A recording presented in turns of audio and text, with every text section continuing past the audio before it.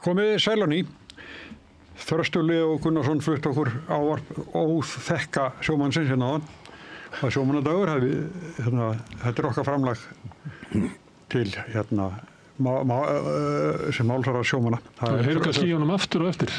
Já, hann kemur aftur. Já, hann kemur. Já. Þetta kraftur tjón. En hingað er komin Erna Bjarnadóttir hagfræðingur, Bolli Heiðarsson hagfræðingur og Stefán Pálsson sagnfræðingur. Það er mikið fræðið fólk. Herðin, nú erum bara að fara eitt mál sem við ræddum ekki áðan í fyrirlutunum. Það var núna á þriðjudaginn á að flytja unglingspiltinn Óskar með valdi frá Íslandi. Að öllu óbreyttu.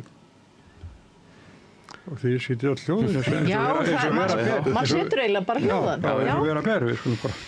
Nei, og þetta er svona ekki fyrsta sinn og ekki annað sinn sem að manni svona sýnist einhvern veginn að kerfinu hafi verið svona ítrekað verið hent til kerfisins svona tækifæri til þess að endurskoða ákvörðunin halda samt sem áður andliti því að þetta snýst svo oft hjá svona stofnunum það að halda andlitinu en maður fær svona eiginlega á tilfinninguna í þessu máli að þarna hafi bara yfirvöld útlendingamála eiginlega bara svona fyrst við og ákveðið svona að láta ekki eitthvað almenningsálit skipa sér fyrir verkum vegna þess að í öllum svona málum þú veist það er svo auðvelt að ef áhyggjuefnið er í raun og veru fordæmi skyldi að þá er svo auðvelt í öllum svona málum að finna tína til sérstakar málsaðstæður sem að gera það verkum að það þurfi ekki að hafa áhyggjur af því að næsti lögmaður hlaupi til og bendi á þetta. Þetta er sorglegt og það sem þetta gerir líka er það að þetta bara svona gengur gegn réttlætiskennd fólks og það er ekkert gott fyrir eitt eða neitt kerfi. Sko mér finnst bara það að þarna hafa barnaverndar yfirvöld haft milligöngu að útvega þessum dreng heimili, fósturforeldra og svo sé öllum þeirra sjónarmiðum og bara öllu því sem að það kerfi hefur gert þennan dreng hingað til bara svona þurrkað út eins og með stróklegri Eftir að mynda svona væntum þykja og það Já og bara þú veist það eru þessir fósturforeldrar og fleiri sem að eru að ganga í lið með yfirvöldum hér að taka á móti börnum og aðstoða þau og hvaða kveðjur er þetta til þessa hóps líka? Já, það er eins og Stefán segir þetta mál er nú sennilega að því leitinu svona sérstakt að vegna þeirra tengsla sem að þessi drengur hefur myndað hér og þeirra ábyrgðar sem að það fólk sem að tók hann að sér er reiðbúið að sýna í þessu sem að maður spyr sig þess vegna er þetta slík svo fordæmisgefandi fyrir önnur mál allavega þetta er að því leitinu sé þetta svona sérstaklega vaxið Það er þetta er svo eitthvað ómennst sem er teiknast upp Já og raunveru finnst mann þetta ekki passa inn í hvorki barnasáttmála eða barnaverndarlöggjöf eða neitt slíkt sem að við erum að reyna að hafa að leiðarljósi. Svo finnst mann líka það sem er oft í þessu sóunin og orkana því að þetta svona málsvarar þessa kerfis hamra síðan á því hvað það sé mikið álag og hvað málaflokkurinn sé dýr og þar fram eftir götunum brottvísanir af þessum toga kostnaður við þær hleypur á milljónum og hversu mörg dæmi höfum við séð það að það er farið í óhemju dýraflutninga úr landi með fólk og í þessu tilviki ungmenni sem að er síðan jafnvel snúið við nánast á flugvellinum ytra og sami kostnaður tekur síðan við á leiðinni til baka þannig að manni finnst þetta einhvern veginn þetta gengur svona gegn bæði réttlætiskennd og bara heilbrigðri skynsemi fólks að svo mörgu leyti. En við tökum bara hart á þessu, manneskja á þessum aldri, hún, ef hún verður áfram í Íslandi, þá hún eftir að skipta við einhverjum máli í lífinu, þar sem hún á eftir að leggja til samfélagsins.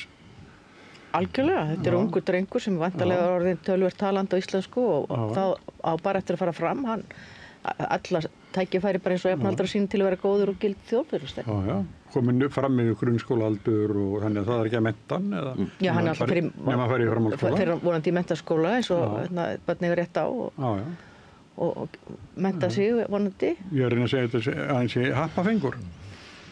Það er náttúrulega hluti, fólk í samfélaginu sem að telur svo ekki vera. Að allt flóttafólk sem hingað komið sé bara kostnaður og erfiðleika fyrir samfélagið. Brjótið það niður. Við sáum það eitthvað á Austurvelli í gær. Það voru fólk sem að, ég man ekki hvað þessi samtök heita, þvert á alla flokka, eitthvað svona Ísland þvert á alla flokka. Hélt þar það sem að var í mitt verið að tala gegn móttöku flóttafólks. Og bara mjög svona ónota tilfinning sem að maður eitthvað að horfa á þetta og ég verð bara að viðurkenna mér brá við að sjá fjöldan. Ég meina, jú, mögulega spilaði veðrið inn í og einhvað slíkt en ég líka bara við það að sjá þarna inni einstaklingar sem að maður sá þarna í hópnum sem að nú væga sagt ekki fínn pappír. Ég meina bara hálfgerðir segjum það bara. Þarna voru bara glæpamenn inn á milli sem ég hefði einhvern veginn ekki trúað því að stór hópur fólks væri til í að samsama sig með eða standa í fjölmennum aðgerðum undir sama fána með. Og þannig að þetta var svona dálítið erfiður dagur svona fyrir svona þjóðarstoltið í gærverði að viðurkenna. Þó hafi síðan vissulega verið svo mjög kröftugar aðgerðir einnig í gær þar sem að menn voru að halda öðrum sjónarmiðum á lofti en svona það slæmur andi í kringum þetta og svo skilar sér þetta sér inn á samfélagsmiðlana þar sem að maður sér fólk viðra sjónarmið sem að maður svona maður heyrði stundum í nafnlausu athugasemdakerfum vefmiðlana fyrir nokkrum árum og ímyndaði sér einhvern veginn að þetta myndir nú allt saman hverfa leið að maður myndi skrifa undir nafni en bara borgarar út í samfélaginu vinnandi, fungerandi fólk lætur svona hluti frá sér. Ég fór hann niður í Ingólfstorg sem hafi verið boðað til fundar gegn rasisma sem ég held að njóti afgerandi stuðnings með þjóðarinnar. Ég man eftir göngu sem var frá Hallgrímskirkju niður á Austurvöll, það hefði ekki verið svona 2011 eitthvað svoleiðis, svona sem var að gefnu tilefni, það var ráðist mjög illilega að feðgum frá Kúbu og almenningur mætti til þess að segja að við viljum ekki svona rasisma í samfélagi. Og ég held að það sé að ég myndi vilja sjá svoleiðis viðbrögð í samfélaginu.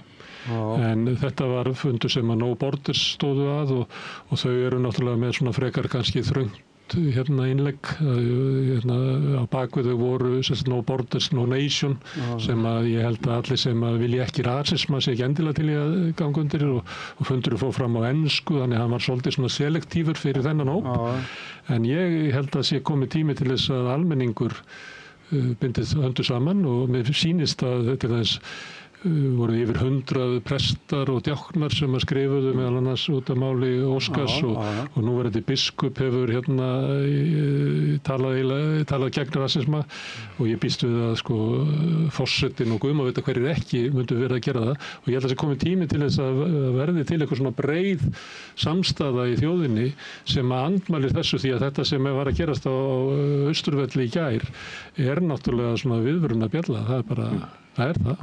Ég held að eitthvað No Borders sé kannski ekki endilega svari við þessu. Það er þetta að vera móti rasisma á þess að eins og þú segir réttilega samsama sig við þá hugmyndafræði. Við höfum vantarlega öll inni einhverjar mismunandi skoðun á því hversu langt á að ganga í að landamæri séu opin en rasismi er þetta eitthvað sem við bara viljum ekki sjá. Og það sem að kannski kristallast í þessu er hvað höfum við gert til þess að taka á móti því fólki sem hingað leitar, hvort sem að það er að leita hér að vinnu gegnum evrópska efnahagssvæðið, hvað kemur hér sem flóttamenn eða með hvaða hætti það kemur. Við höfum bara einfaldlega ekki verið að standa okkur í því að taka nógu vel á móti þessu fólki til þess að kenna því á íslenskt samfélag og það sem þau væri heppilegast fyrir þau að tileinka sér til þess að komast vel af í þessu samfélagi. Og þetta hefur náttúrulega verið látið drabbast núna. Þetta enn ein innviða skuldin við þjóðina sem við höfum búið við. Ég hnaut líka það. Maður sá hjá þessum Austurvallarmótmælendum þar sem að ýmsum hlutum var hrært saman og núna var það nú meira að segja þá það víst útlendingum að kenna að Íslendingar eigi ekki nógu mörg börn. Það nú eitt umkvörtunarefnið og sé ekki nú duglegir við það.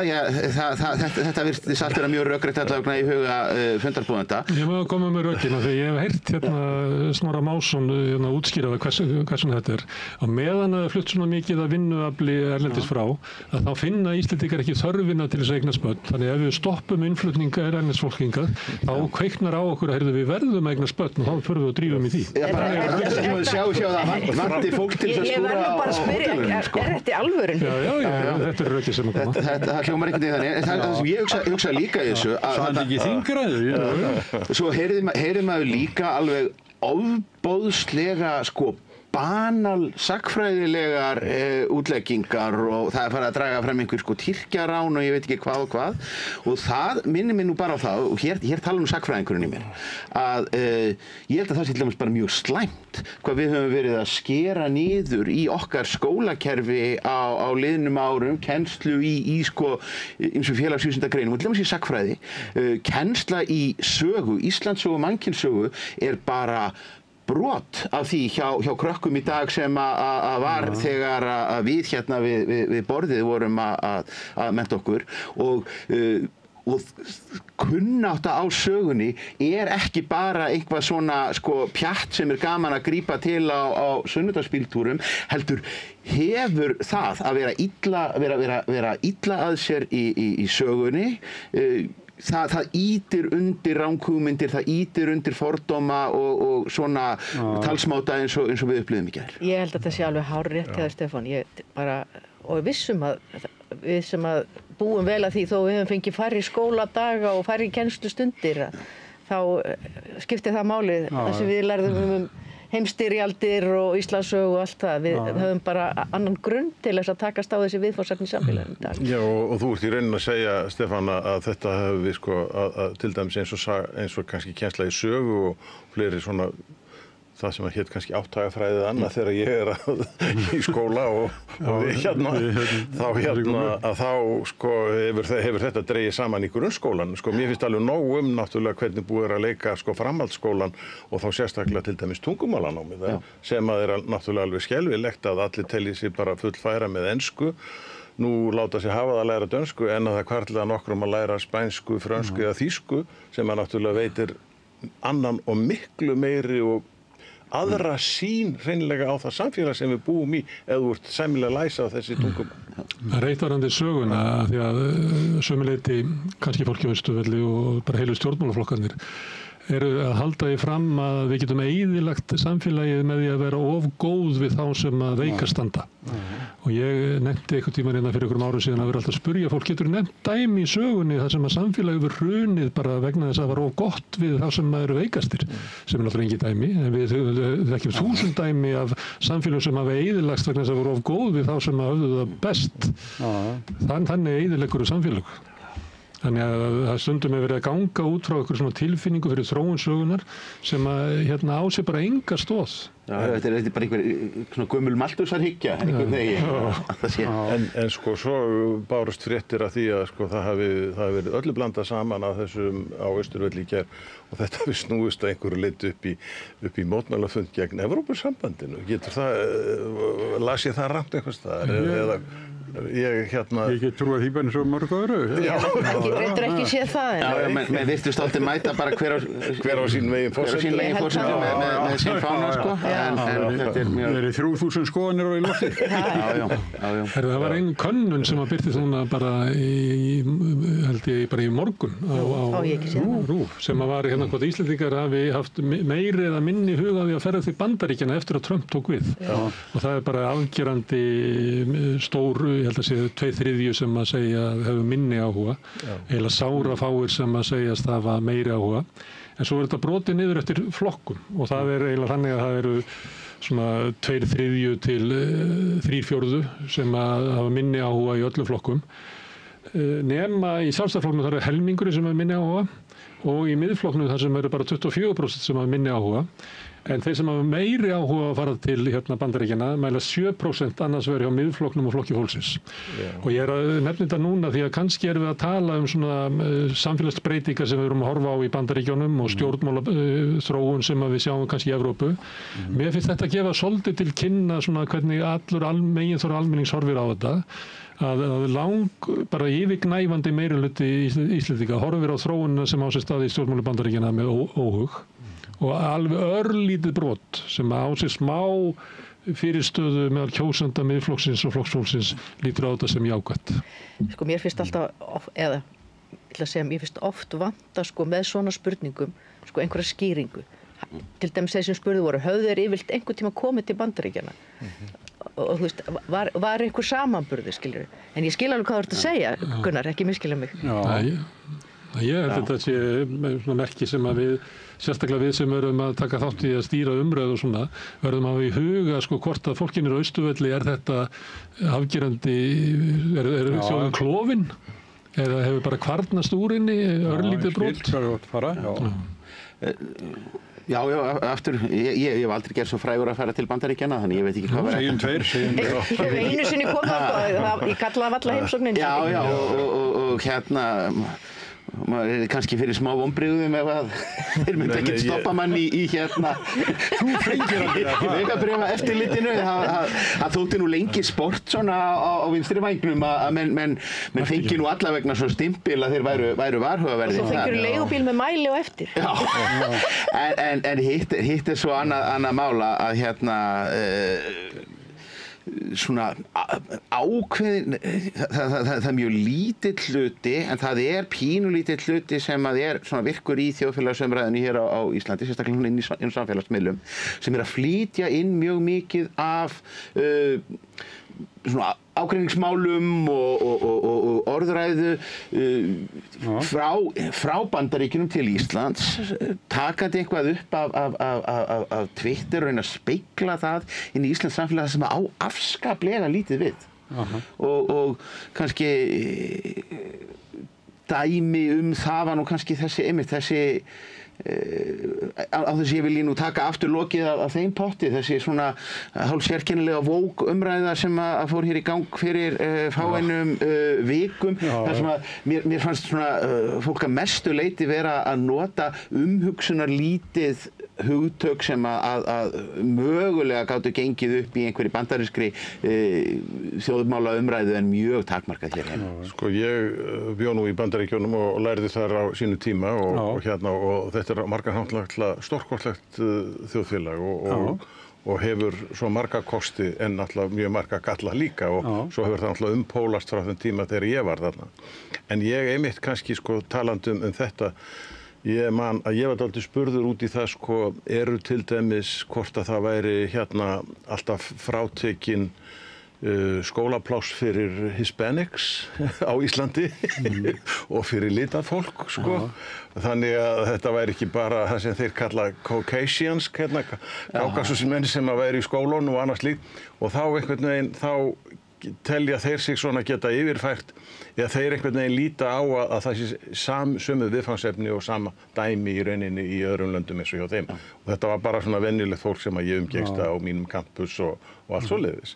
Og einmitt kannski á sama máta þá núna verið að flytja inn einhverja svona bandaríska hugmyndir og annað til Íslands með þessum hætti. Ég hef ekki alveg fylgst nægilega vel með því, sko. Já, komið mjög kynnug umræða varðandi framhaldsskólana hérna á Íslandi, þar sem voru eiginlega bara beint að fara inn í þessa umræðu einhver svona sæti sem eru í Bandaríkjunum kannski frátekin fyrir minnihlutahópa og fara að spegla það inn á einhvern íslenska veruleika þar sem að eina sem er að við höfum hleypt nokkrum strákum inn í kvenna- og verslunarskólann sko, bara til þess að það eru ekki bara hreinir stúlknaskólar. Það nú öll ósköpin sko. Tengist þetta ekki aftur því sem þú varst að tala um áðan, þessum skorti á sögukennslu og svona þekkingu bara á? Jú, mögulega. Jú. Svona á upprunanum og það sem fyrir aftan okkur. En þetta með að fá áritun til að með að koma til Bandaríkjanna, ég man ekki betur en Bubbi Mortensar, hann fekk bara já, hann hefði verið hálf múðgaður, sko. Já. En hann ætti að reyna aftur, það hefur búið herðið eitthvað, þannig að það erfiður að komast til Bandaríkjanna núna ef að þú hefur, ég kannski lækað eitthvað í sambandi við stuðningu í Palestínu og það er í gangi, sko. Já, þetta er náttúrulega orðið miklu alvarlegra ef það er verið að grafast fyrir í rauninni þína skoðanir sem að þú sett fram með einhverjum opinberum hætti og síðan á það að ráðast hvort þú ferðast til Bandaríkjanna eða ekki á því. Látu nú vera að ég held að það eyðublað sem að ég fyllti út bara í flugvélinni hér einhvern tímann á 9. eða 10. áratugnum þegar maður fór, þá var maður látinn haka við eitthvað og þar á meðal var spurt, sko, varst þú þáttakandi í ofsóknum gegn gyðingum í seinni heimsstyrjöldinni? Jú, og ég man ekki hvort að spurt hefur verið meðlumur í kommunískum samtökum eða eitthvað slíkt. Ég bara hreinlega man það ekki alveg, en svo breytist þetta nú eitthvað held ég til betri vegar með þessu venjulega ESTA sem maður þarf að fylla út núna til þess að fara til Bandaríkjanna. En svo þetta komið þetta bakslag núna þar sem að í rauninni sem mjög alvarlegs eðlis ef að það er þannig að ef þú hefur úttalað þig einhver máli að ég vil sko bara tala niðrandi Trump að þá eigir þú ekki, þá sért þú bara orðin persóna non grata í þessu samfélagi. Sem er svakalegt. Já, sem er svakalegt, sko, að þetta var það var teikning sem ég sá, held ég, á einhvers staðar og þá var verið að sýna teikningu, sko, úr New York eða eitthvað svoleiðis, þar sem að frá bókasafni, þar sem að bókavörðurinn hélt á öllum bókunum sem að hétu, sko, fiction og sagði við annan bókavörð, nei, nú verðum við að flytja þetta yfir í fiction og það var sko 1984, bókin eftir Orwell og 400, Fahrenheit 451 og allar þessar bækur sem eru sko hættar að vera fiction en er að verða non-fiction. Og þetta er náttúrulega bara, þetta er auðvitað fyrst og fremst alvarlegt fyrir Bandaríkjamenn sjálfa.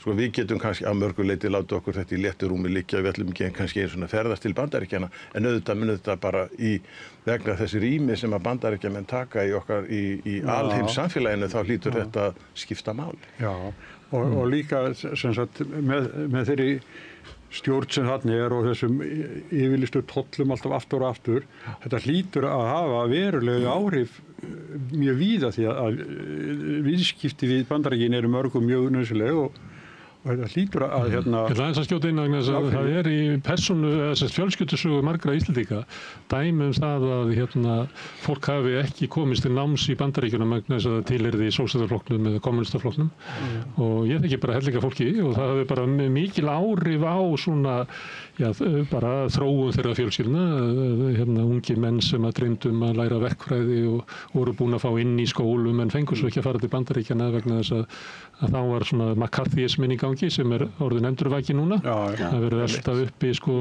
óvinni ríkisins innan lands og verður að brjóta niður frama fólks og málfrelsi og eitthvað fleira og við erum bara því miður á bara hraðleið inn í einhvers konar útgáfu af einhverjum fasisma. Já, sko við erum alltaf líka bara með áður óþekkt tækifæri til þess að iðka þetta sem þú ert að lýsa hérna því að með þessari gervigreindallri og gagnaverum og sífellt hraðvirkari örgjörfum neti gleymir engu og það er bara sífellt fljótlegra að finna allt sem að þú hefur gert eða þínir nánustu. Þannig að þetta eru bara ekki bara viðhorfið, heldur tækifærin eru bara núna óþrjótandi með það sem er áður þekkt. Hvað tækifæri svo í þessu? Nei, ég meina fyrir þá sem vilja.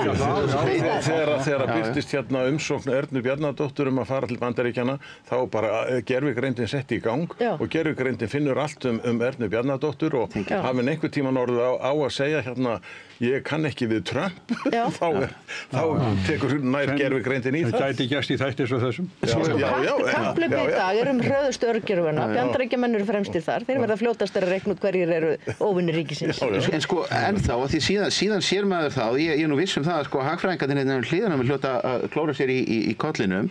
Ég held að við höfum ekki séð áður þróað innrætt samfélag sem að sko leggur þetta höfukapp, stefna Trump-stjórnarinnar núna, hvaða störf vill hún endurheimta? Hún vill endurheimta sko samsetningariðnað, hún setur refsiaðgerðir á sko fátæk Afríkuríki sunnan Sahara vegna þess að þau eru að sauma saman gallabuxurnar fyrir Bandaríkjamarkað, því þetta eru störfin sem að hann vill fá aftur, en á sama tíma þá helstu rannsóknar háskólar landsins eru settir í uppnám. Þetta er bara efnahagslegt sjálfsmorð fyrir eitt samfélag, því að ég meina allir aðrir stjórnendur ríkja vilja akkúrat fara í hináttina. Þetta er náttúrulega, þetta er ekki, það er ómögulegt að sko eiga nokkur orð þetta vegna, þetta er náttúrulega svo galið. Þetta er svo galið, þetta er svo öfugsnúið eins og þú segir, allt sem búið að vera að gerast og ég meina það er búið að vera hérna einmitt að færa láglaunastörfin á þessi svæði þar sem að hefur vantað viðfangsefni og þess vegna eru öll fötin sem við göngum í hér í dag, þau eru framleidd í Víetnam eða Pakistan eða eitthvað staðar annar staðar og sem hefur skapað þessum þjóðum tækifæri til þess þá að innvæðast með sínum hætti, en svo að fara að flytja þessi störf aftur heim. Bændaríkin með ólæknandi sjúkdóm, eða alltaf ekki tekist að lækna ennþá, þeir eru bara með viðvarandi viðskiptahalla árum saman og þetta gengur ekki fyrir hagkerfi eins og það. Af hverju gengur það hjá þeim? Jú, af því þeir geta brenta dollara sem eru gjaldmiðill heimsins. En þetta er ekki sjálfbært og Trump að ráðast á þetta, en þetta eru ekki í verkfærin. Nei. En hvernig ætti hann að gera það, ef ég má spyrja?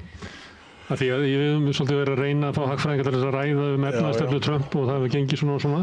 Já, sko, það náttúrulega að einhverju leyti þyrfti hann kannski, það þarf sjálfsagt að taka til í ríkisútgjaldapakkanum hjá honum, en þá er það byggilega fyrst og fremst kannski hernaðarútgjöldin eru náttúrulega það sem er númer 1, 2 og 3 sem að skipti mestu máli þar. Og svo náttúrulega getur hann á móti aukið náttúrulega tekjur, það er sko nægir tekjustofnar bara hjá hinum betur megandi í Bandaríkjunum sem að hann gæti náði meiri tekjur, en það er bara engin vilji til þess. En svo einmitt í þessu sambandi þá náttúrulega, það gleymist allt of oft, þetta sem að við köllum hérna hlutfallslegir yfirburðir í framleiðslu, og það eru þarna þeir Mexíkómenn hafa hlutfallslega yfirburði í því að framleiða fatnað og Bandaríkjamenn hafa hlutfallslega yfirburði í því að framleiða gervigreind eða guðmann vita hvað það er. Og þetta virðist bara Trump og þeim sem á hann hlusta bara alls ekki vera ljóst. Í gær heyrði ég, þá var hann að segja sko, og við mikinn fögnuð verkamanna í stáliðnaðinum í Pittsburgh sem var nú bara stáliðnaðurinn með stóra S-inu hér á þar síðustu öld, eða aldamótið þar síðustu, þar sem voru glæsilegar verksmiðjur, Bethlehem Steel og annað sem að framleitu allt sem að þú gast lát ímyndaðir í stáli. Svo bara urðu þessar verksmiðjur, þær urðu bara gamaldags, gátu ekki keppt við þýskt og japanskt stál og þess vegna hefur alltaf verið krafan það að setja hérna tolla á innflutt stál í Bandaríkjunum til þess að gera kleift að framleiða þarna meira stál. Og í gær lofaði Trump, ég man ekki hvort það var 25-50% tollum eða eitthvað svoleiðis á allt innflutt stál og við gríðarlegan fögnuð hérna verkamanna í þessum stáliði verum, gott og vel og bara allt í lagi með það. Á hverju mun þetta bitna? Þetta mun bitna á verkamönnunum í Detroit, þetta mun bitna á bílasmiðunum í Detroit sem að núna þurfa að fara að kaupa stál, miklu sko lakara stál kannski við hærra verði heldur en þeim býðst að kaupa þetta bara á heimsmarkaði frá Japan. Og þannig að sko, það er aldrei hugsað sko, hvaða áhrif mun þetta hafa. Hvað svo? Einmitt, já, og haldið að þetta verði nú til þess að auka bílaframleiðu hérna, útflutning á bílum frá Bandaríkjunum sem munum verða náttúrulega margfalt dýrari fyrir vikið og sjálfsagt að lakara gæðum sem nú nóg sagt. Þetta er náttúrulega þessi ofboðslega sterka áhersla alltaf á vöruskiptajöfnuð án þess að horfa á sko þjónustujöfnuðinn. Ég meina út frá þeim mælikvarða þá er sko Luxemburg eitthvert sko afleitasta landi í Evrópu og meðan að veruleikinni sá að það er náttúrulega eitt það ríkasta. Því að þeir eru kannski ekki þeir framleiða nánast ekkert. Skrúfa ekkert saman en hérna hyrða rendur af öllum öðrum fyrir það að þjónusta og vera með bókatsfyrirtæki og annað slíkt. En sko þetta er náttúrulega ekkert rætt í Bandaríkjunum, það er bara tollar á stálinnflutning og svo bara búið, en þetta kemur vest niður á eins og ég segi bara verkafólkinu sem að vinna við bílaverksmiðjurnar í Detroit. En eitt sjónarmið sem hefur heyrst líka í Evrópu í kjölfar innrásar Rússa inn í Úkraínu var að nú erum við komin á þann tíma að við verðum að vera, við getum ekki verið háð öðrum ríkjum eins og stál í Bandaríkjunum eða orku í Evrópu frá Rússlandi. Við verðum að byggja upp það tala oft fæðuöryggi, en það verður það bara hráefnisöryggi. Þannig að inn í okkar svæði séum við nóg og séum ekki háð ríkjum sem geta orðið óvinnaríki. Býst við að Bandaríki getur stilt Kína þannig upp að við getum ekki verið svona viðskiptalega háð Kína, að við verðum að flytja þetta heim. Hvað segir þið slík sjónarmið? Þetta sé raunverulega ekki hagfræði, þetta eru bara öryggissjónarmið. Sko þetta hluti af heildarmyndinni sem að hafa spila inn í það hvernig hlutirnir eru núna að raðast upp. Það komið gríðarleg þörf fyrir til dæmis sjaldgæfa málma sem finnast kannski fyrst og fremst í löndum þar sem er mikill pólitískur óstöðuleiki og jafnvel borgarastyrjaldir eða slíkt. Kongó? Já, og í Suður-Ameríku og í Kákasus og Úkraínu og víðar. Og þessi orkuskipti sem við viljum hvetja til á Vesturlöndunum, þau eru háð þessum málmum. Þetta er nýtt, er raunverulega miðað við þessa hefðbundnu iðnað sem að reiddi sig á stál og ál og slíkt. Og þetta þýðir það að menn verða að finna einhverja nýja leiði til þess að tryggja aðgang að þessu og það hlýtur að vera fyrst og fremst í gegnum að reyna að bæta pólitískan stöðuleika í þessum löndum og hvað kostar það? Vantarlega bæta kjör fólksins sem býr þar. En þetta er bara, virðist vera eitthvað sem að menn hafa ekki náða einhvern veginn utanum en það. Þetta var trúin að aukin viðskipti og friðsaleg samskipti milli ríkja myndu tryggja okkur frið. Sú kenning fjall. Hún fjall. Eða allavega það er, ég er ekki að segja hún sé fallin, en stjórnvöldur hætta trúinni. Já, hún, sko, innrás Rússa í Úkraínu er bara birtingamynd þess. Þegar Þjóðverjar töldu sig geta reitt sér bara ódýrt gas til dæmis sem orkugjafa frá Rússlandi bara forever ef að marka má þessar samningar sem voru gerðir milli Merkel og Putin á sín tíma. En heimurinn bara ekki svona einfaldur eins og hann Sergei Lavrov segir þegar hann spurður hvað hann finnst hvort vestrið treysti þeim. Frankly, I don't care if the West trusts us or not. Stefán var formaður friðarsamtaka árum saman, eða ekki? Jú, og við reyðum þau ennþá. Já. Er það að stefna á frið, er það barnaskapur? Ég held að það er talsverð áskorun en sjaldan mikilvægara. En sagan segir okkur það líka að menn hafa alltaf, sko, sérhver hernaðar átök, sérhvert stríð er bara alltaf réttlætt með rökum og óumflýjanleikans. Því að alltaf þegar fólki er stilt frammi fyrir valkostunum að velja milli stríðs og friðar að þá velur enginn stríðið. Þannig að það er þá bara með því að koma og segja, heyrðu, hér er fokið í öll skjól, hér er engin möguleiki á öðrum lausnum, síðan þegar við skoðum hlutina í baksinspeglinum. Þegar að sagnfræðingarnir koma að málunum, þá komum við nú aftur að mikilvægi þess að fólk kunni nú söguna og sé nú menntað, að þá vitum við það voru alltaf möguleikar. Það eru alltaf leiðir, en þeir sem að kalla eftir hernaðarlegum lausnum, þeir munu alltaf stilla málum þannig fram að menn séu komin í einhvað öngstræti og aðri kostir séu ekki í boði.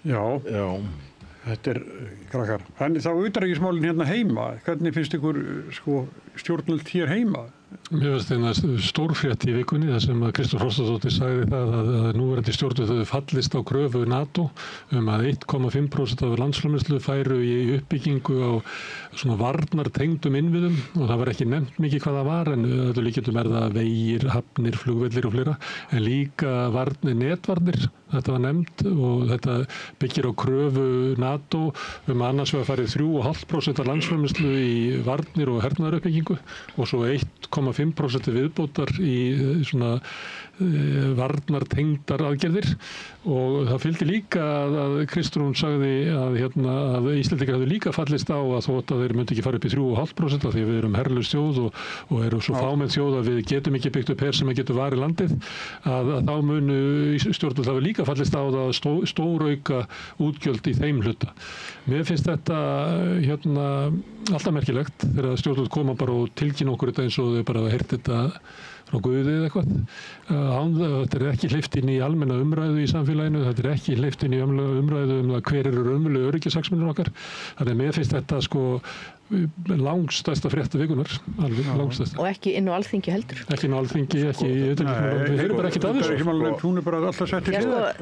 Þetta ekki bara eitthvað, þetta náttúrulega bara væntanlega einhvers konar yfirlýsingu það, vilja til þess að gera þetta með þessum hætti vegna þessara alþjóðlegu skuldbindinga sem við erum einhverju liti þáttakendur í. En auðvitað með þetta allt koma inn á Alþingi þegar þarf að fara að veita fjármunum í þetta eða annað. Þannig þetta nú ekki alveg svo að þetta verði bara gert núna bara á næsta mánuði eða eitthvað slíkt. Heldur þarna bara, við erum í þessu bandalagi og mér sýnist nú að það njóti nú miklu meiri stuðnings heldur en það hefur gert nokkur tíman áður að vera þar. Þannig að auðvitað verðum við þá að standa við þær skuldbindingar sem á okkur eru lagðar þar og ég veit ekki betur en að það sé bara full samstaða það. Já, í ríkisstjórninni, Já, ég held að hún nái bara samstaða með þjóðarinnar leyfi ég mér að segja. Það hefur engin umræða. Ef engin umræða hefur farið fram þá er erfitt að fullyrða það. Umræðan. Með allri virðingu fyrir spádómskáfuð inni að það verður einhver umræðu. Umræðan, hún náttúrulega, við vitum alveg hver umræðan hefur verið NATO og varnarmálin bara upp á síðkastið.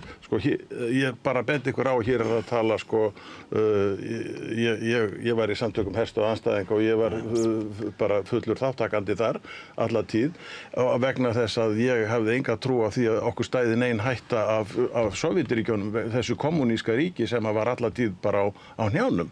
Og ég segi fyrir mína part að ég er orðin NATO sinni eftir að kapítalismin tók yfir í Rússlandi, þá fyrst fór okkur að stafa hætta þarna að austan. Og þess vegna, og ég held að þetta sé það sem að fólk almennt upplifi hér á Íslandi og bara í öllum flokkum og langt út fyrir flokkana og bara meðal almennings. Ég heyri allavega ekki neitt annað.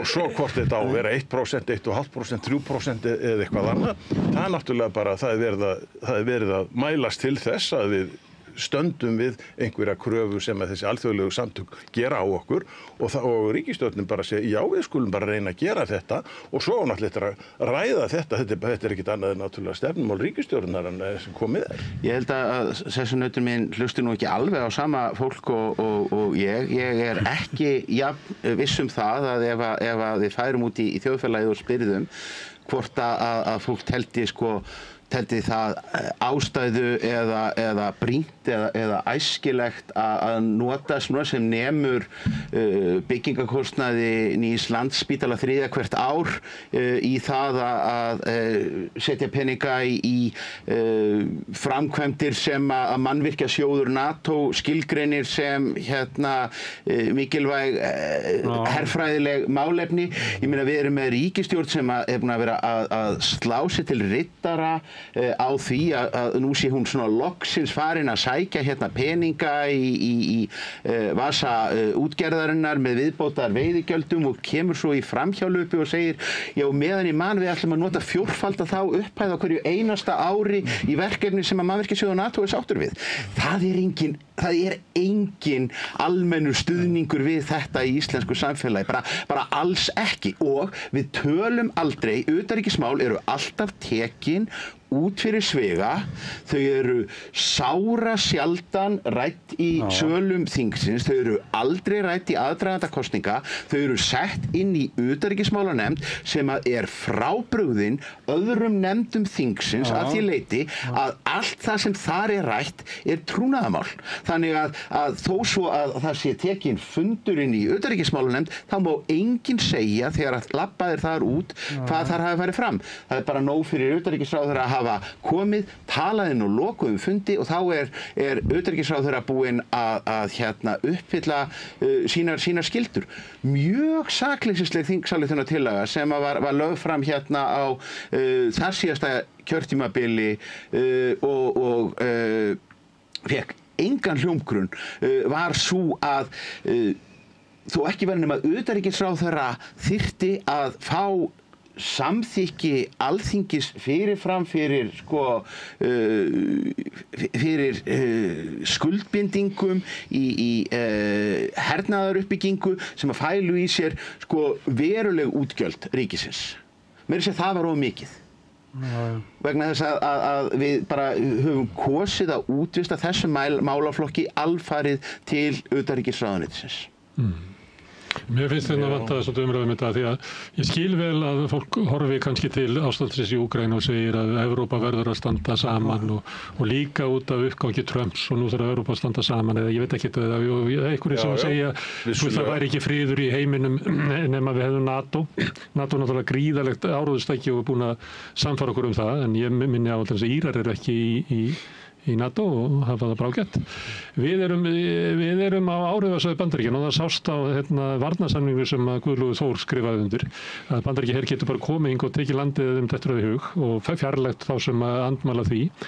Það allt önnur staða heldur en Finnar eða Eystrasaltslöndin eða Pólland sem að sjá ógn af austri og hafa verið séð ógn af austri öldum saman og líta fyrir gríðarlegu öryggisleysi og hrökkva til þegar Trump-stjórnin og NATO krefur þau að velja 3,5% í varnaruppbyggingu sem að stóru leyti fer náttúrulega til kaupa hergögnum frá Bandaríkjunum. Þú veist að við getum alveg stutt að þjóður og sagt að það er alveg rétt hjá ykkur. En við erum bara ekki þeirri stöðu. Þannig ég sé ekki tilgangin í því að við förum allt í að verja 70 milljörðum ári í þetta 1,5% og svo endanum líklega 230 milljörðum ári bara sem svona stuðning við þjóðir sem í einhverjum vanda. Við erum ekki í þeim vanda. Og þetta hljómar kannski kalt að segja þetta. Það hjálpar þeim ekki neitt. Þótt að við förum að byggja hér upp innviðið að kröfum NATO. Það hjálpar Eystrasaltsþjóðunum ekki neitt, Pólverjum ekki neitt, Finnum ekki neitt. Af hverju ættum við að umbreyta íslensku samfélagi með að taka peninga úr velferðarkerfunum okkar og setja í hernaðaruppbyggingu bara af því að við viljum styðja Finna í þeirra tilvistarkreppu? Mér finnst það bara, ég bara næ ekki þessar umræðu.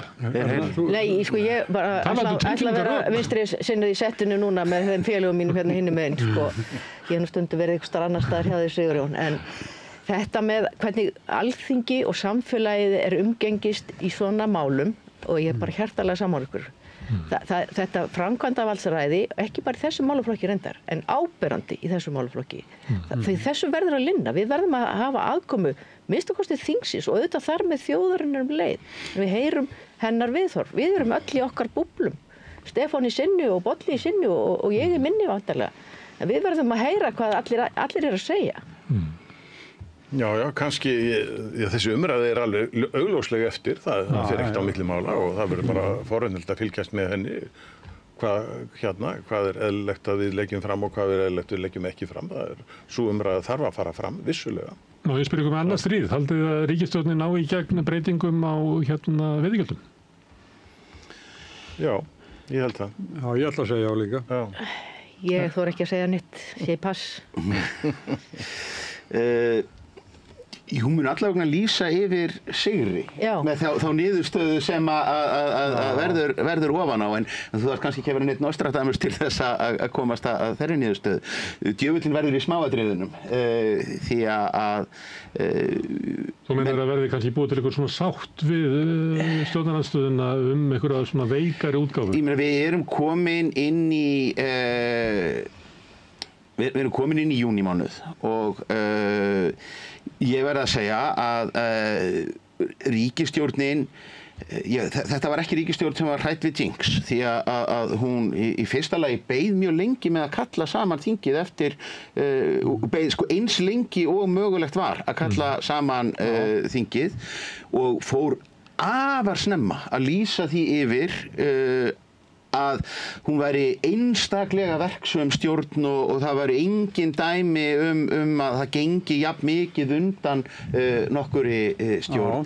Og nú margt sem bendi til að eftirtekjan verði nú ekkert sérstaklega mikil ef að frá eru talin svona innleiðingar frá Evrópu og endurunnin mál frá fyrir stjórn og ég held að það sé bara það búin að vera mjög mikil starfsmannavelta inni á þingi. Það eru nefndarformenn sem að eru nýliðar á þingi og það verður það er bara erfitt að leiða mál í jörðu á lokaspretti þings og ég hef bara ekki trú á að stjórnin klári allt það sem að hún leggur upp með. Af hverju segirðu lokaspretti? Ég hef aldrei skilið þetta. Af hverju þarf að ljúka þingi í júní? Ég veit ekki til þess að sko önnur þjóðþing fái neitt nema bara eitthvað 6 vikna sumarfrí. Einhver tíma svona seint að sumri, kannski í ágúst. Við erum furðu svipað norrænu þingunum.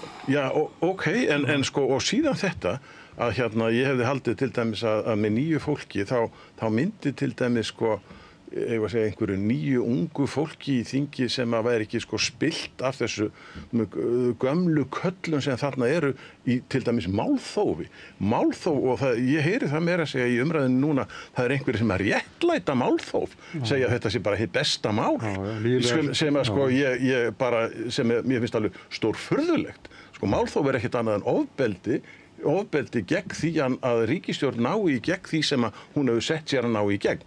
Og eina sem gæti réttlætt einhvers konar málþóf ef að þetta væri augljóslega einhverjum mikilli andstöðu vilja þjóðarinnar og þá færi einhvers konar stjórnarandstaða í málþóf til að krefjast þjóðaratkvæðis. Og ætlar stjórnarandstaða núna að krefjast þjóðaratkvæðis í veiðigjöldum? Haldið þið það? Nei.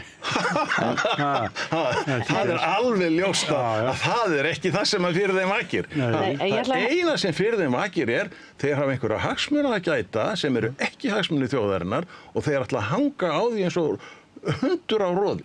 Ég ætla að henda einni breyti viðbótin í þetta. Ég ætla að Stefán greini þetta nú töluvert vel sagnfræðingurinn við borðið. En svo eru sveitarstjórnarkosningar á næsta ári og það mikill óróleiki víða út land í sveitarfélögum. Þar hafa meira að segja verið að falla meiri hlutar sem að stjórnarflokkarnir eiga að. Ég held að þetta mál verði leitt einhvern veginn í jörð þannig að þeim kosningum verði nú ekki ógnað þannig að þessi stjórnarflokkar fái þar hvergi brautargengi. Þú meinar að ríkisstjórnin mun draga í land? Ég að taka undir sviðsmynd Stefáns hérna. Það augljóslega sko taktíkin þegar maður að horfa á LIU eða hvað heitt í dag, SFS, að þá var strax farið út í það að tala sko sjávarútvegsbyggðir og það voru svona bæjarstjórar þaðan og mikið svona málflutningurinn mikið þaðan og það ábyggilega rétt sem að vera bent á hér. Það var gert til þess að kljúfa ríkisstjórnarflokkana þannig að þeir innan flokkana sem eru að leggja stað í sveitarstjórnarkosningar í þessum byggðum drægi úr vilja ríkisstjórnarflokkana til að knýja þetta mál. Þess vegna ég ennþá að spyrja að þessu, haldið þið ná þessu fram því að það minnst alls ekki ljóst að svo verður. Við sjáum tónin til dæmis einmitt að því að dæmi sveitarfélag sem að nefndi náttúrulega eins og Ísafjörður. Þar sem að við höfum rauninni ríkisstjórnarflokkana og svo önnur vinstri framboð þar inni. Þar hefur alveg verið talað á sömu nótum og víða annars staðar á landinu. Og þeirra talsmaður Guðmundur Fertram það best í hópinn? Já, og það fleira. Ég var dálítið hissa að það komur á óvart til dæmis varðandi strandveiðimálið sem að ég átti ekki vona að það yrði vikið frá að ráðgjöf Hafrannsóknastofnunar væri giftu sambandi. Það hélt ég bara að væri ekkert í boði hjá þessum flokkum og það gerir þessi ráðherra ekkert með af léttum hug. Þetta bara vegna þess að hún hefur bara metið það sem svo að hún væri komin í það snúna stöðu að það yrði bara að gefa út kvóta á framtíðarfiska seinni ára eins og að það verði síðan ekki nákvæmlega sama staðan eftir ár. Þannig að ég var dálítið undrandi á því. Aftur, umræðan einmitt sko þingin í sumarið. Ég var nú hér maki þingmanns til fleiri ára. Það er ekkert mál að halda þingmönnum að störfum, þeir geta alveg settið hér fram í júlí. Vandinn er það að það er bara búið að slökkva á restinni á íslensku samfélagi. Ráðuneytin, þau eru öll sömul komin í frí. Hagsmunasamtökin, sérfræðingarnir, aðilarnir sem þarf að kalla inn fyrir þingnefndir, það fólk er bara ekkert á svæðinu þó að einhverjir þingmenn geti setið og samið einhver lög. Það er vandinn. Við erum komin á þann stað með sko styttingu vinnuvikunar að þingnefndir eru farnar að hætta að hafa fundi á föstudögum. Bara vegna þess að þau fá engan til þess að koma og mæta á fund nefndarinnar. Og það er þess vegna.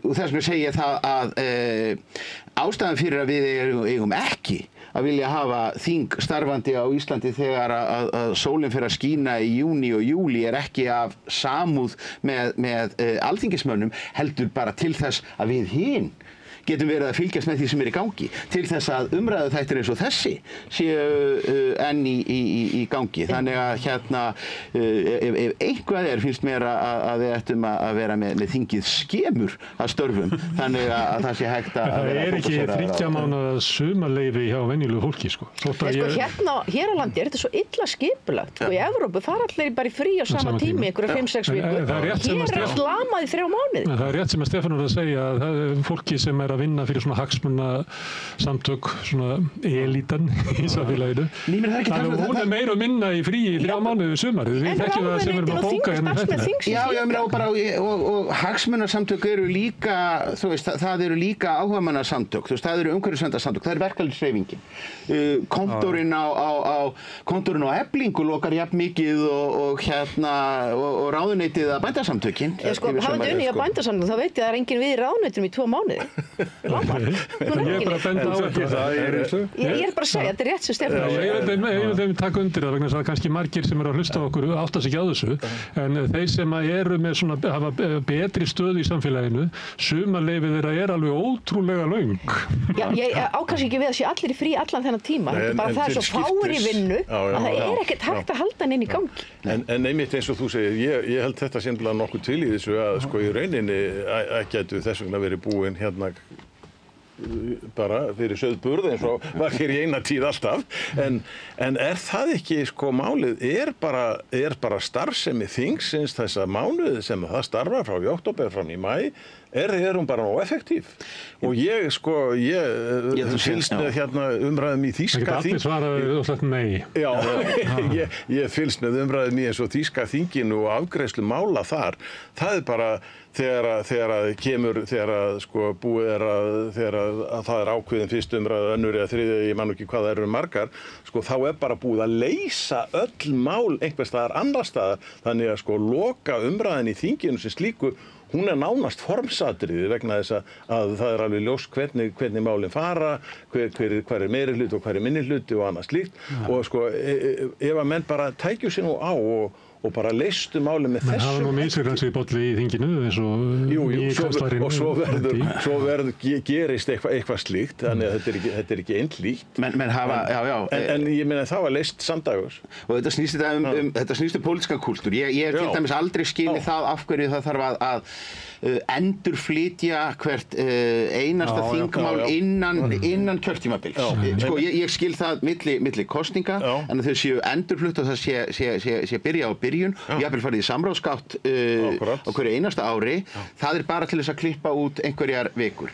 Annað er síðan líka að við erum að bera okkur saman við bara þjóðir með öðruvísi stjórnsýslukúltúr, ég meina til dæmis í Svíþjóð þykir það fullkomlega, þá er það alltaf þannig að ný ríkisstjórn og það er bara kosið á sama tíma á hverju ári, ný ríkisstjórn situr undir fjárlögum fyrir ríkisstjórnar í heilt ár og vinnur síðan að sínum fyrstu. Við erum að púsla jafnvel meiri háttar kerfisbreytingum sem eiga að byrja eftir einhverja vikur. Þannig núna er sem sagt 1. júní og það veit enginn hvort það verði tekið upp kílómetragjald sem á að byrja í júlí. Og sko júlí 2025, ekki 26 eða 27. Þetta er náttúrulega bara þetta er náttúrulega bara kæruleysi.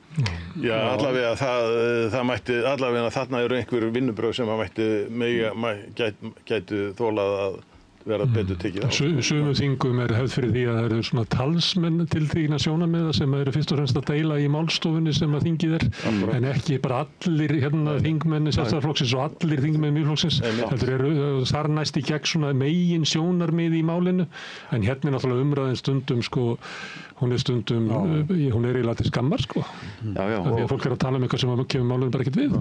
En kílómetragjald, ég borgar kílómetragjald að rafbíl. Það það snýst þetta. Svo er það að borga í vegunum eins og hinir sem er að keyra á dísil. Já, ég er ekki að tegja eftir þeim. Nei, ég er skammast í því. En nú verður þetta sem sagt, hugmyndin er sem sagt að taka þetta upp í öllu. Í öllu.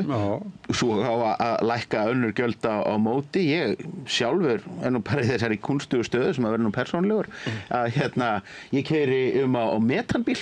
Og er afskaplega ánægður með hann en ég reikna þó með að ég fái á mig kílómetragjald eins og bensínbílarnir því ég er með sprengihlefill en það verður ekkert bensíngjald lækkað á móti þannig að ég veit ekki hvort að metanbíllinn minn sem ég hef nú svona litið á sem frekar svona vistvænan kost og skynsamlegan að keyra á prumpinu frá sorphaugunum hvort að hann verði bara skattlagður út af markaðnum. Var ekki Sorpa eiginlega að draga í land með þetta því að það var að meta það að það væri ekki framtíð í er ekki metabílinn þín eins og betaspólurnar?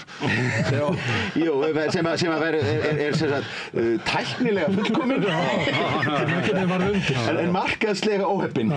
Ég átti metabíl, þetta var til dæmis bensín líka náttúrulega að ég náði ekki til Akureyrar á metannu en svo er þetta við með metan á Akureyri en svo eftir ég alltaf klára hringinn þá var ég orðinn metanlaus bara Egilsstöðum eitthvað og svo bara eftir Reykjavík þetta er náttúrulega vantar alltaf þjónustu. Og eru þú sorphaugar víða og enn frekar mikilhaugar sem hægt væri að nýta. Nú erum við kannski ástu mjög tæknilegir.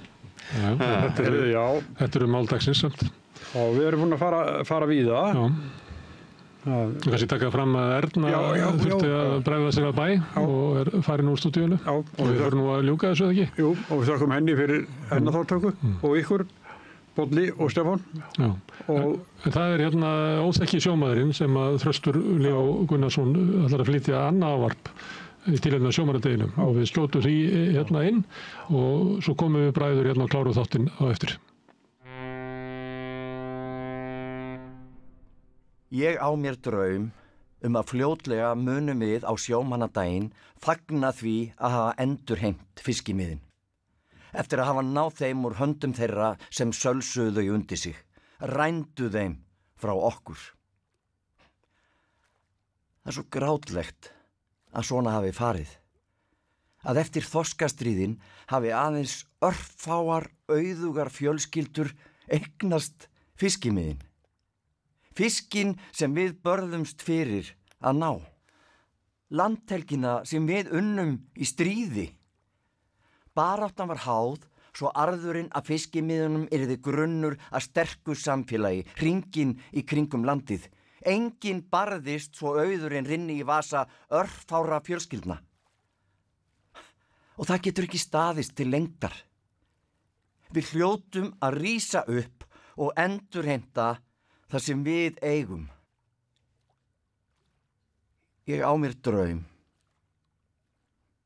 og foreldrar mínir og fyrri kynslóðir að við nýtum auðlindir þessa kalda nabra lands og úvins sjávar í sameiningu.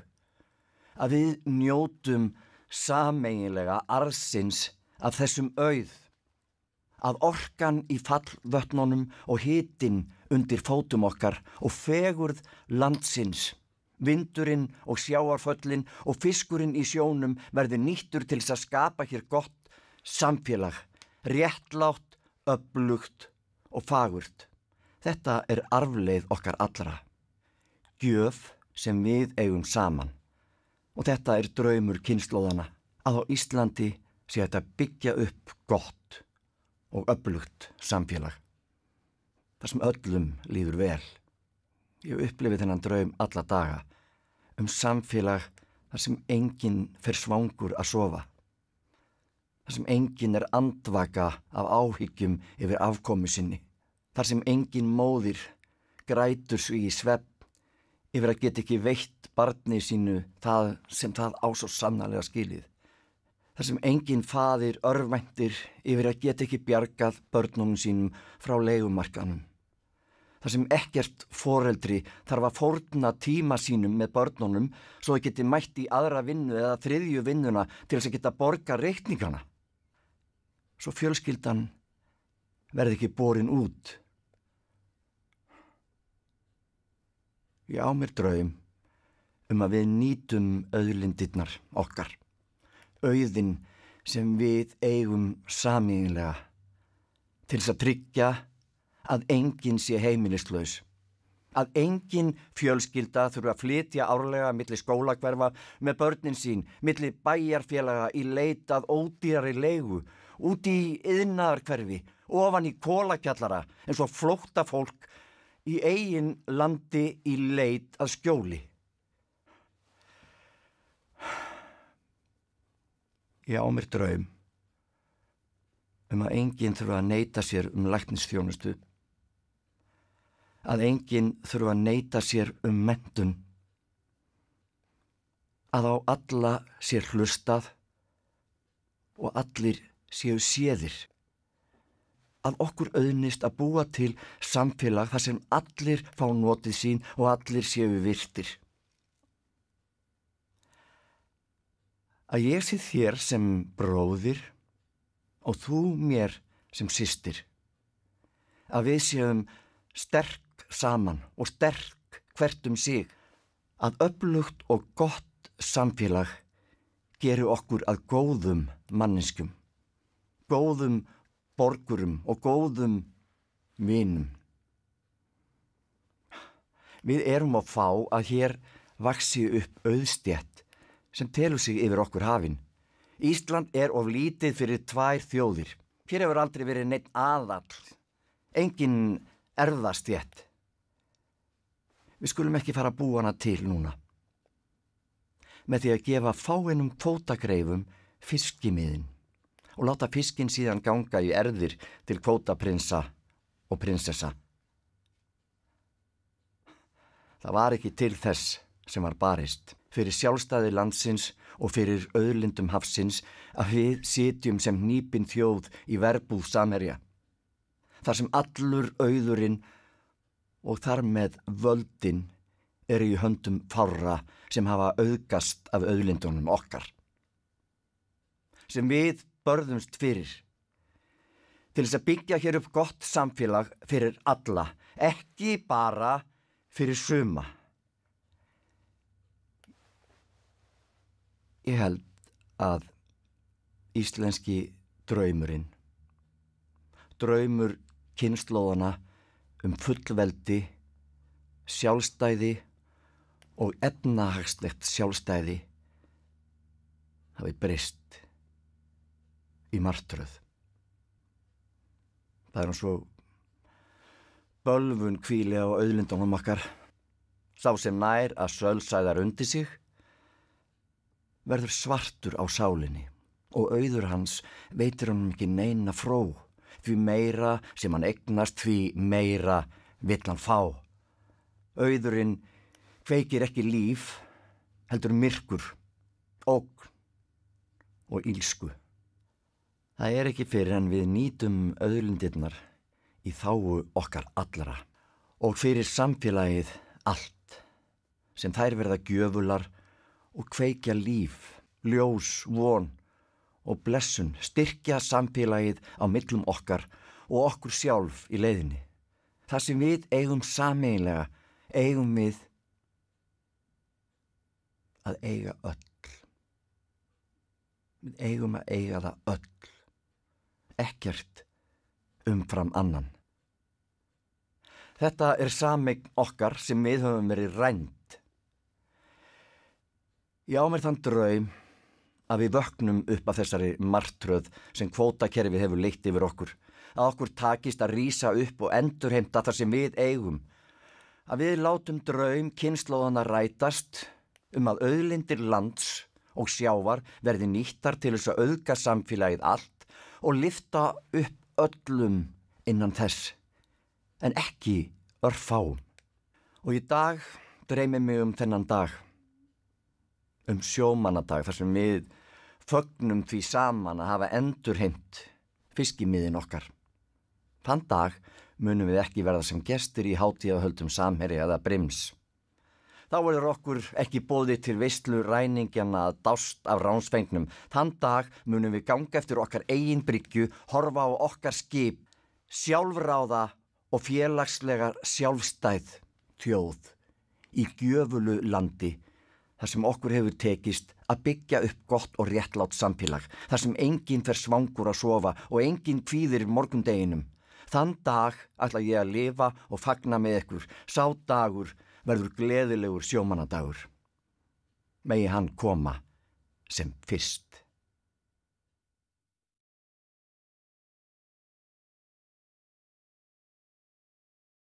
Samlokubrauð, maltbrauð, tékkneskt-brauð, súrdeigsbrauð, brauð ársins, Bernhöfts bakari, íslenskt handverk síðan 1834.